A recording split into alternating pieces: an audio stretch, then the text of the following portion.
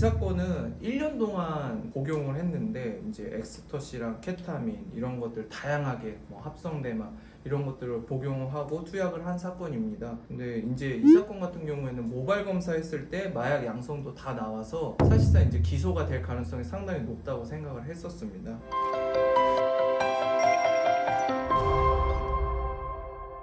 안녕하십니까?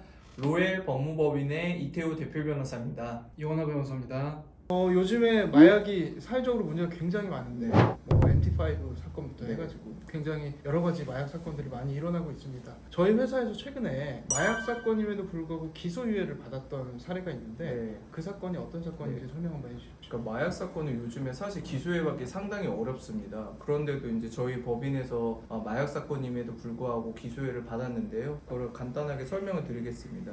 이 사건은 1년 동안 복용을 했는데 이제 엑스터시랑 케타민 이런 것들 다양하게 뭐 합성대마 이런 것들을 복용을 하고 투약을 한 사건입니다. 근데 이제 이 사건 같은 경우에는 모발 검사했을 때 마약 양성도 다 나와서 사실상 이제 기소가 될 가능성이 상당히 높다고 생각을 했었습니다. 그럼에도 불구하고 마약 사건이 기소가 되지 않고 기소유예 사건으로 수사 단계에서 종결이 된 거잖아요. 네네. 어떻게 그렇게 될 수 있을까요? 물론 뭐 이제 이 친구가 마약을 정말 많이 했다고 하면 기소에는 불가능했겠죠. 다행히도 이제 초범이었다라는 게 이제 주요하게 작용을 했고요. 그런데 이제 마약 사건에서 초범인 경우에도 기소유예가 안 나오는 경우들이 많이 있습니다. 그래서 이제 로펌에서는 다양한 이제 양형 자료들을 준비를 많이 시키는데 뭐 수사에 협조하는 부분들도 당연히 있을 거고요. 이제 마약을 이제 단약을 해야 되는데 이제 단약을 하겠다라는 게 이제 공허하게 그냥 결심에 그치면 안 되기 때문에 이제 마약 대치 운동 본부라는 곳이 있습니다. 여기서 이제 재범 방지 교육을 받았는데 이 마약 대치 운동 본부는 실제로 마약류 관리에 관한 법률에서 근거 규정이 있는 곳입니다. 그래서 마약 대치 운동 본부는 재단법인으로 운영이 되고 있고요. 그 사이트나 이런 데 가보면 이제 교육이나 이런 거에 대해서 상세하게 나와 있습니다. 이런 교육을 받으면 실제로도 이제 마약을 단약을 하겠다라는 거를 명확하게 보여줄 수 있는 거죠.